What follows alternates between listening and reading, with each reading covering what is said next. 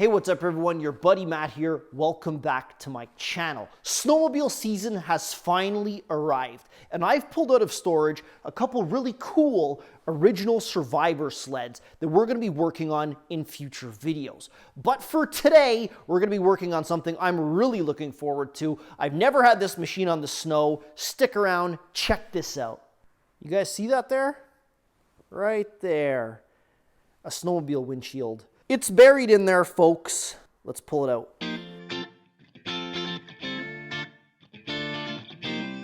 What would you guys say if I spared you that corny little time lapse and we just dived right into it?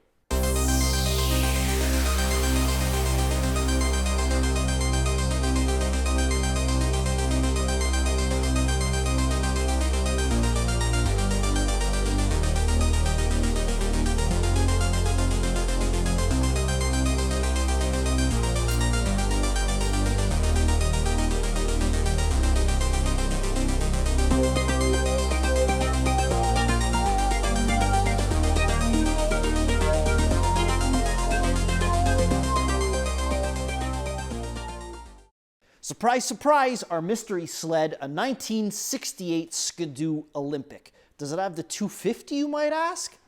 Try again. Oh, so it's a Super Olympique, the 300 perhaps. Nope, you'd be wrong yet again. It has the 370cc Rotax opposed twin cylinder. It's a Super 370. Yes, you heard me right, folks. My favorite engine, yet again in a sled, not the Alpine this time, an Olympique.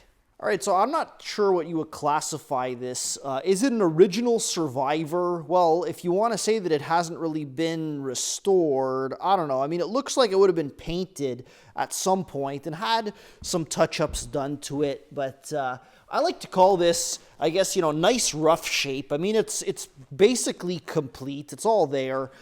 It is an actual 370. If you look at the, what does it say here? SS8. So SS8, that means it's the non-electric start Super 370. There it is, folks. The wonderful opposed twin cylinder Rotax. They started putting these engines in Olympics in 1967, and those would be pretty rare. Probably made like between 100 and 200 of them.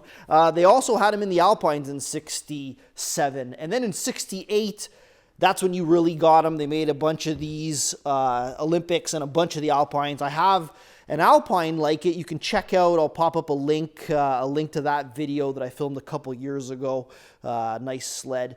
So I wanted to complete my set, have a Olympic to go along with my Alpine. Little details I enjoy. I mean, the old Quebec plate from '72. This cool sticker over here. This shouldn't be there. I don't know what that is. I actually have a spare rear I don't know, toolbox or what. That was new for 68, by the way. I think 67 you didn't have this little box. The seat would just kind of flap up here, and you could have your battery in the electric start models or a little tool spot. The seat is obviously not original. And that should be a little bit higher, and it has the same type of, I guess, stitching as this guy would have had. That's what the original seat would have looked like. If I come down below, I mean, the bogey wheels and whatnot, I'm not sure. I haven't really been down here too much, but anyways, they're there, and I pulled it. When I pulled it out, the track did turn over, so we'll go through that and give it a little tune-up, but. I'm pretty sure this guy's going to be a good runner for this year. Okay, so hood's off, and it does have the steel tank. You all know what that means. Most probably doesn't hold gas. Most probably all full of rust. We'll try to get a flashlight or maybe a little camera down into that spout and see what's going on. It did kind of start up on a windshield washer bottle a couple years ago. I got this thing probably 3 or 4 years ago, and the only thing I did to it was pass a line directly from just this temporary tank to the carb, and I did get it to fire up. I ran it for about 10 seconds. I think it was only running on one cylinder, but I just wanted to see if the engine worked, and it did. But yeah, we're going to have to go through it to see exactly what it's going to take to get it reliable once again. So what's the plan for this video today? We're going to do a preliminary check. We're going to try to go through all the systems just to see if I have to order any parts or if there's anything major that has failed on it. And we're also going to try just starting up the engine to see what's going on, maybe kind of see quickly what might be causing it to run on one cylinder. And that'll be it. So I guess we're just going to do kind of an overview of this sled in the first effort to get it back on snow since I don't even know when. So let's dive right in.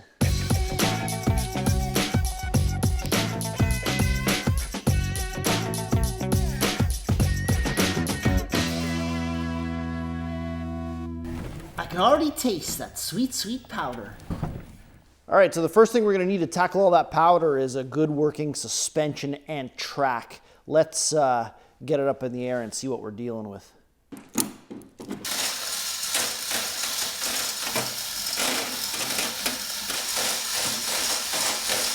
Well, I can't really say that the track is all that worn, but it is especially weathered. Yeah, this thing has definitely seen better days. There is quite a bit of rubber rot, not only on the drive sprockets, but the entire track severely cracked.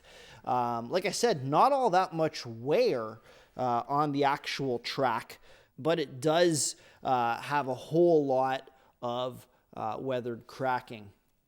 Good news is that these rear idler sprockets seem to be in decent condition. A little bit of cracking, but overall still kind of rubbery, so that's good. The bogies are in okay shape as well. A little bit of looseness obviously in the linkages, but you know, they would have been greased, and they're not all cracked up. I mean, they're still real pliable, just the way we love them.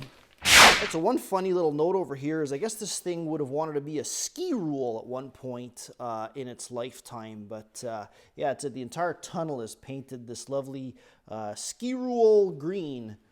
All right, right before we get onto that engine, we're going to do Future Matt a little favor and get some release all on everything that I'm planning on taking apart in a future video. All right, so verdict on this suspension system. We're definitely going to require two brand new drive sprockets. The ones that are on there look pretty dry and look like they're on the verge of breaking. And then there's the track. I mean, if push comes to shove, I can probably reuse it. I mean, it doesn't seem like the metal rods within the track are broken as of yet, but they're definitely not in that great a shape, and there is a lot of rust. So we'll see if we can get our hands on a good secondhand track. We'll see. And then in terms of bogies, I mean, we're just going to take them apart, check them out, do some paint, let's say on the tunnel and on all the components, make sure that we control rust. And the rear driven sprockets seem okay, so I think we're going to hang on to those. Other than that, that's pretty much it. It's all going to come down to whether or not I change the track, but regardless, we got to remove it to change those drive sprockets. So let's move on to something else, that else being the engine. Behold the engine. So here we have plug number 1, Champion. Okay. Yeah, it doesn't look all that bad, but then again, what does this really tell us? Not much, not knowing the history of this motor. So plug number 1. Plug number 2, NGK. Now that's more like it. Yeah, once again, this guy looks pretty much brand new and would have been ran very little. What is this? B6HS. All right, we'll have to check and see what actually goes in here. But all right, we took the plugs out, and that's so we can crank the engine over and check and see spark on both cylinders. Like I said, from what I remember, I think this guy fired and the other one didn't. We'll see.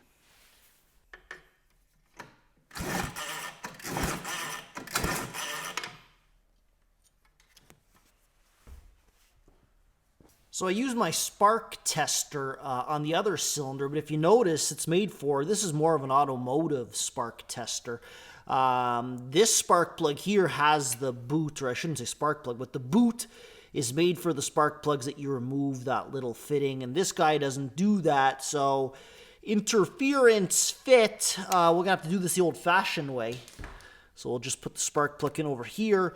We'll assume that this plug is good, at least to start, and we'll look and see if there's any spark over here. If not, we'll change the plug.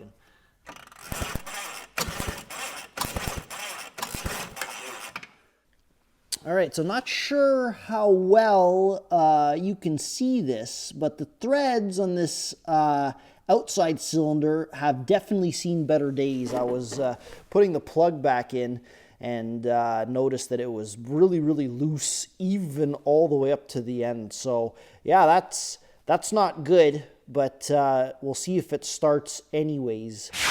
Okay, so I don't really want to trigger anyone here, but you know, the age-old debate about what mix ratio, oil to fuel ratio you want to use determined that this season for my old sleds, we're going to go 40-to-1. So I know, you know, new oils can do the 50-to-1, no problem. And back in the days, they used to use, I don't know, car oil, and that's why they do 18-to-1 in the books or whatever it was. But yeah, on another note, I did manage to find some ethanol-free gasoline.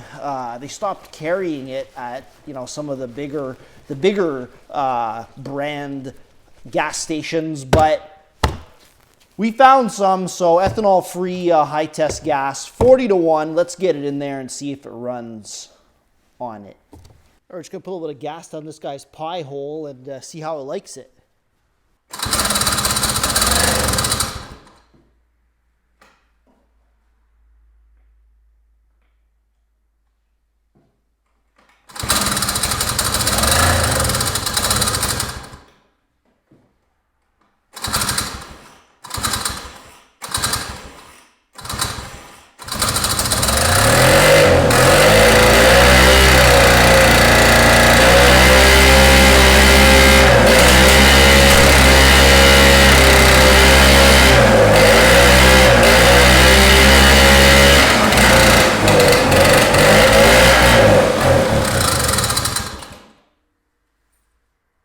All right, so first whiff of snowmobile gas for this season, very, very nice. However, one thing that's not very, very nice is how this engine is running. It wasn't pulling up any fuel. Obviously, let's take a look at the carb, see if we can kind of clean it out and see if it can, you know, run on its own fuel. So like looking down the barrel of a smoking gun, engine's kind of running. One place I wouldn't want to be is behind the sled. It's already sort of spewing out chunks of that track. So, yeah, we'll see how that guy holds up.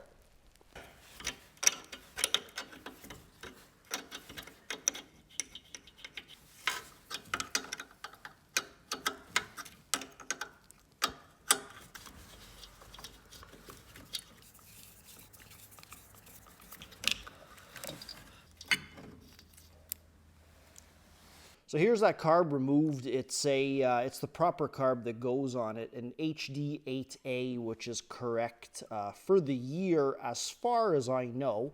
I'm not going to go into depth of what I'm going to do to this guy. I'm going to take it apart. I'm going to clean it out. I did that in my, I think my Alpine 370 video. Don't remember which one it was, but I'll leave a link for that up in the corner of the screen. You guys can go check that out. Watch this one till the end though, and then go check it out after, but I'll put it up right away. You guys can check that out. That's what I'm going to do to this guy. So the next thing I like to do once the carb is off is you can see, at least on this engine here, well, you can only see one piston, but piston slash cylinder. Look right in through that intake port, and from here we kind of see that this engine would have been sitting at one point. This is sort of where it would have been sitting. You can see that there's discoloration on that piston. Let me move it back a bit. You see how it's cleaner there? This is probably where it was sitting. And the reason why I mention that is because now if I move it forward, I don't know if you can see that back there, but there's some very bad pitting, I guess rust and pitting down there. And it looks like it's kind of filed away because obviously by starting it like an idiot, we sort of went right into that little rust patch and filed it away. So I have a hunch that this engine would have been sitting for a long period of time and then, restarted. Not sure what I'm going to do about that. I'm going to have to think about that one, actually. Do we want to open it up and avoid auto-destructing it? You know what? I already know the answer to that because I know myself, and I won't want to destroy a nice old vintage motor. Even though it might already have some damage, we might be able to salvage it. So far, what do we know? We know that the cylinder head on this side has the spark plug hole that's stripped. This side seems okay. We know that this engine did have some rust internally. We have no idea what this other cylinder looks like. I'm not even sure if I'm going to rebuild this carb right now because even if I did, I don't feel as though I'm going to restart this snowmobile as is. Well, at least you guys got to hear it run in this video, but I think we're going to end it there. And most probably, this guy is not only going to have to get a brand new track and repaired suspension components, but this engine, I think, is a good candidate for a tear down and rebuild. Let me show you something real quick. Go over to my rack of engines over here. You guys see this back here? Here's another 370. This one has the original Bosch starter on it. And that's a box full of parts. I know that there's a cylinder head. This engine is kind of seized, and I got it. This I got with the Alpine that I bought. It was like the spare engine, if you can call it that, the parts engine. So anyhow, I kind of wanted to rebuild this guy, even though, the pistons are literally seized into the cylinders. But now I'm kind of excited because this engine would actually be like a great rebuild, because it's not all seized up. I actually have a brand new gasket set for it, like NOS parts. Like I got crank bearings, I got a brand new stator magneto assembly, all brand new in the box, whether or not it needs it. Obviously not, because it does have spark. And I got cylinder head gaskets. What I don't have are, I guess, pistons oversized, and we're gonna have to do some cylinder work on it. But yeah, this thing looks like it's gonna be a bit more of a project than I intended. Not so sure I'm gonna get it running this year. We'll see. Depends on time. I mean, I got a lot of other projects I want to work on, and if this guy's gonna take too much time, we might end up rather doing one of these guys.